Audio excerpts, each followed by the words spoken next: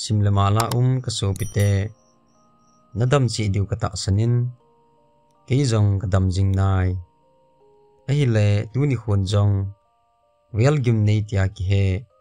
ki chat ta thilatu sim khat nangai khom ki taw hite ni khat hi ka jaw na WhatsApp group khana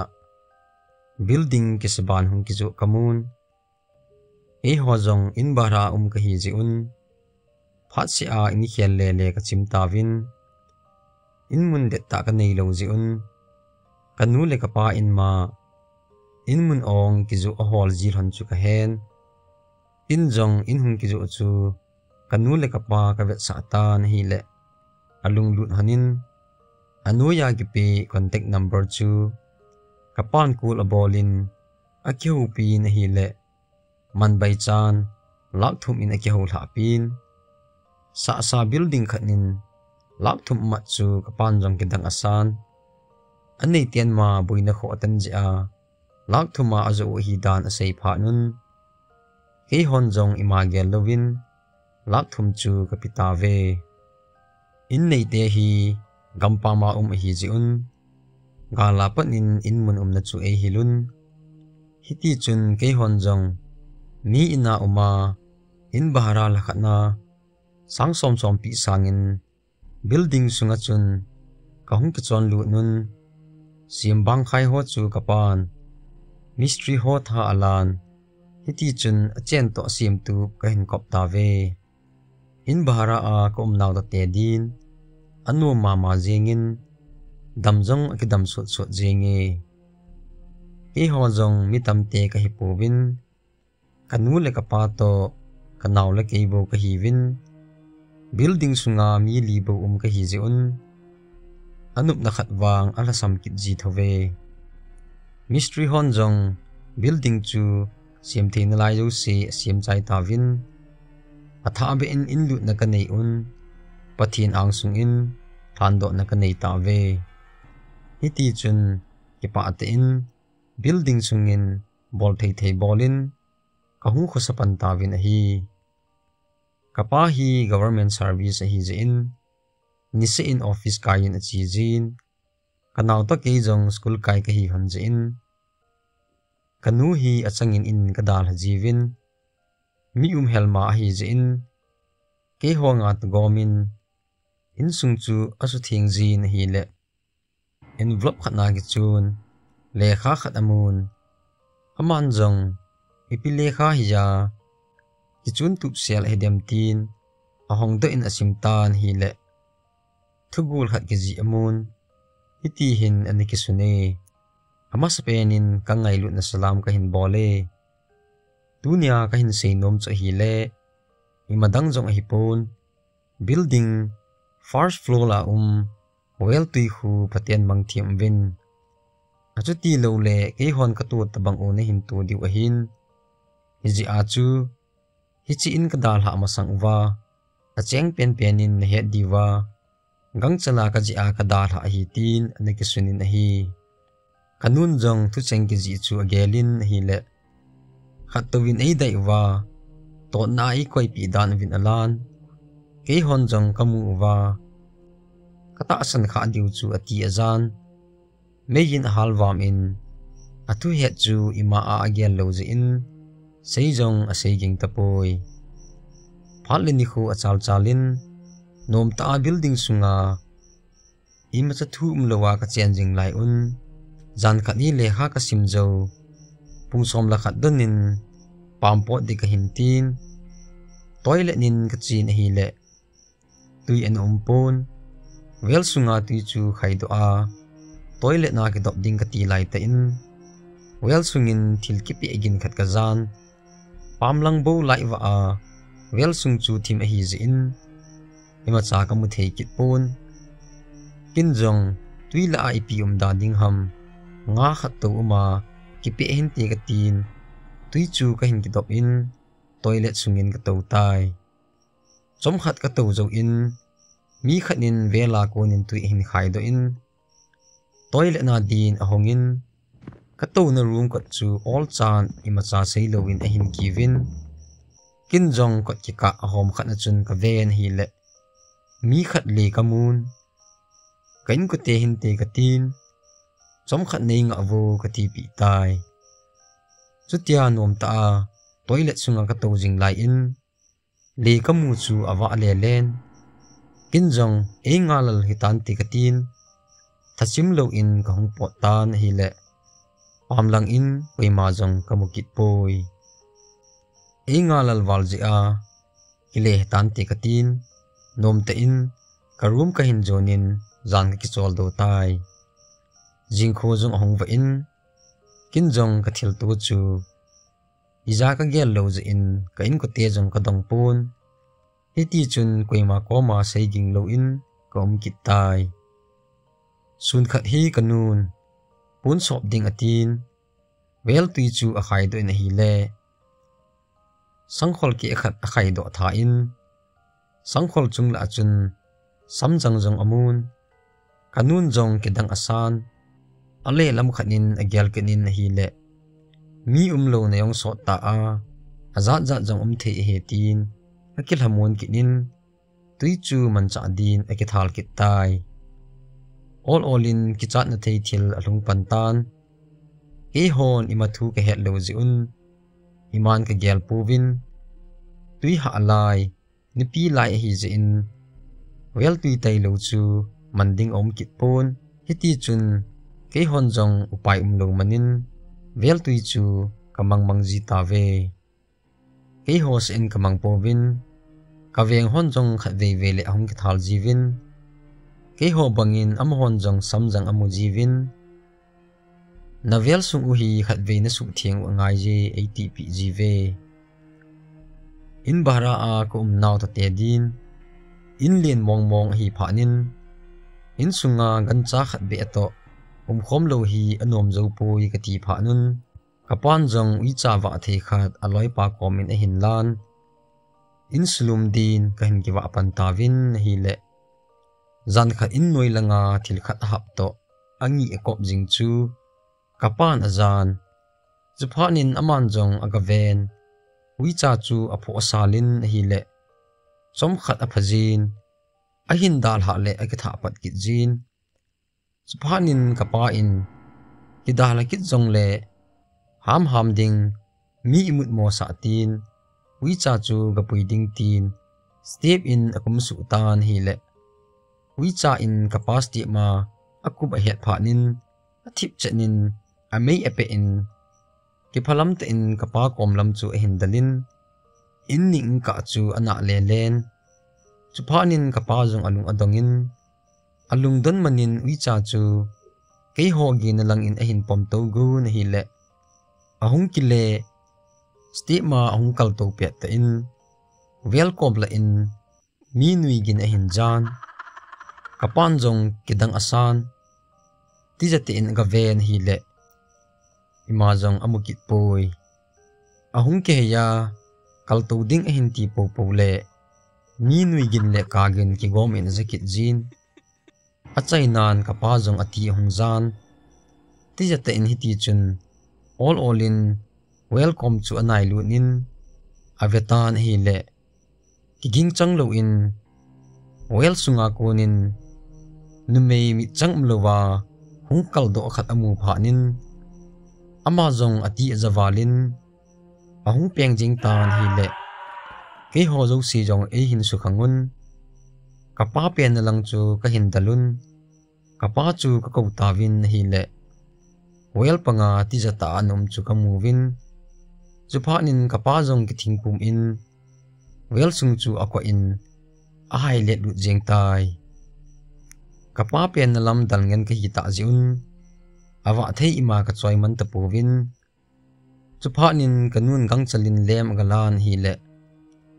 kanu hung ke le ka in numei khat welcome nam se the thua adina ke holang mit ko hom leng lunga hin bet chu mang jap in kamun kaluchang in jong a bom te a hin phajenge ti jata akom lai ta in kanun lem a hin vain hi le kami mu chu om kit tapoi heti chun kapa chu in chung lang in ka hin pui to un alung hung lim pha nin athil tu chu ka do lew athil mu chu ke hon ka het du anop lo ze in a imin a zo zo a sei tai a hin la kin jong ka tu a hi ta ze in ka pa zo sei chu ka ta san ta poi wel sung in hlagau phalo a umi ti ki chi selin ka he chin tai zan sot nung hi pha nin ke jong ka imut hong su tan ka pa ma lung thim ki chol the hi ta ze in imut ding ka hin ngai ton ka room lang ka zonin lai ka ga thatnin lupna chung in ka kilim pantan hi le ka imut lu di konin ka lup na kom lai ta a nume khat von kanga ki vona adin chu ka hin mutan ke jong ka ki achat wal phanin pon ki ki khu komin hailo be in chom khat pi chu kom tan hi le von kanga ki von nume nu jong pot langin a chi pheyen kot chu ol chan hongin pam langin a pot do tai ka ti zat wal phanin ka dang jong acha jengin tui ga don di ka ti jong le ka ki pat do ngam kit pon zan khuwa in ti za le dang cha thu pum in rom sungin ka chang sein kho chu ka bang tai hiti chun ajing ni khu apat vela tui ga khai ding chu ha sa ka sale tan ahin la wel tui bu man the hi kit zin hi ho in ko din vela tui khai tai lo upai dang om kit poi tiza na tampi ka to ta wangwin kapan ilung neu lo du hi ilung to ta apan ila lew thilha in ei suboi thei po winte tin kai hon jong vel tui chu dip cha ta in ka khai khai ta win hi le phaleni kho jong ahung sot sot pha nin angai na danin ka hin lekit ta win hiti chun imathu lo bangin ka hung kit ta win hi sun khat hi kanun wan sop de atin tui khai din e hin kovin tui ka khai do na hi le mi him lugu khat ka hin khai do khatan ke di nu cha jong ka ti hon azat wal pha nin ka peng je hon tan hi le ka pan e hin dal su honin kin jong lugu keu chu ka ko pi jeng tan hi le ka pa in jong lugu chu ti jate in aven ama jong apasal hi na mel amang hial jing tai ke ho jong ka ki chal he wang win ka ki til ki nun hiti chun lugu na lang chu ki chadit denin ka zonun ka pan jong pun khanin lugu chu na ki si pumin alan koi ma het sa lo in pam lang in leiku khat thu ten alai jin aga vui mang tai chu pha nin ka pan jong lugu ki vui do ahitan ima de tapon te tin nom te in kom ki tawin hi wel tui wang don ta lo din kapan ai se pi ta ve phat a chi chin ni khat hi ka naw nun ima asu sa he lo zin ni tha khu jin di konin wel tui khai din chi tan hi le tui a khaya aloi tu lai ta in wel khawin nu mei khat lu lowa ata sa se ki khaya ama lang hin vet to amu phanin ati zawalin khau chul hading ati tan hi le lu lo chun kanaw chu okhanin amanin wel sung in akai lu tai kanaw pian gin ka za phanun kaga vevin hi le wel sung in akipe in hu do ding ka ti wang win ima cha bol thei ka nei ta povin kanaw hlumbang chu ka in ku win kap le mau pum in ka ve mang ta ve kanaw ta sa hlumbang nung in numei khat ki pa te in anui chu la jing tai hiti chun ka hung chen lu wa pa thil nom him ka to lo pha win ka pan a jing ni khon tui lang he thiam ho ako in avet sa tan hi le tui thiam pan jong hichi building sunga ana cheng ma se pen in nei ten a in wa nu eng se ta a bol wa a chai na a tha wa hilai vel sunga hi ana le hlau hi dan hin sei pha nin ke hon jong ka thil to dan to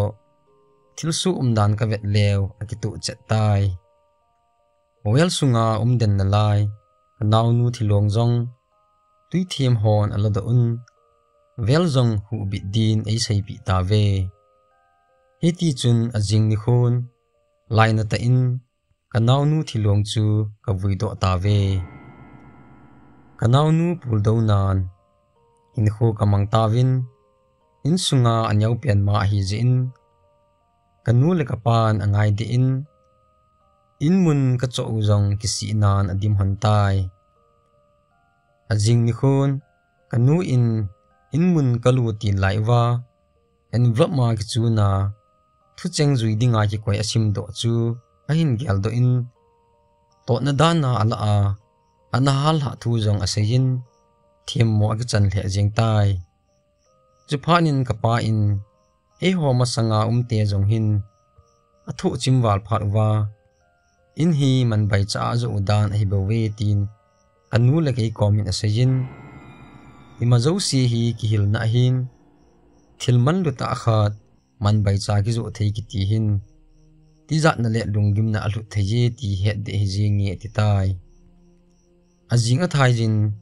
kapan jong beng sunga pasal ta hat si athala in vel sung chu ka hu bit sa ta ve ti za na se hi talovin ka in sung win jong thina chan gei wang si na ka to ta win chuphanin kanu le ka pa in jong in ju do a tha lam ding lungyal nei hlan ka het li phanin ni khat hi kei jong ka chin kanu ko min hi ti hin ka sei tai heno wang si na le ti za na tampi hin to nong wa ipidia hilai mun hi dal ha ding na gel hon hitam kanaw nu laselo ding hamtin kaga seitan hi le kanu in boypu zansi le naw nu kamang tabang ata tabangin kamuzin heno in hi na dal ha lo lew boina za za na to be du ahin ha sale jong le ki chon do ding ngai to win atp jin lagaw me la e ki mu sa ai jong le kin na naw nu hi athi in jong ka gel thei nai pun ta mela e ho limpi danin ka gelin ha sale jong le in hi idal ha diu e mai je hin ti tai chutia kanu in thu sei phanin thudang song sei lovin a hi jong le o he no tin ka dal hatai ke hon wang si na ka tu bangwa midang in ato ki du ka data lo ji un in mun jong mun danga zu son talovin in gema din ka hin dal hawin mun danga in bahara mama a kitin kong ki tol do ta ve kinep na jo si jong athonin akile so tai tu sim hi chan hin akisai ki tai apa na pat azona chan ge na hin ngai hla ji in ki pha thu ka hin se je aban teng anaki muto ki taw te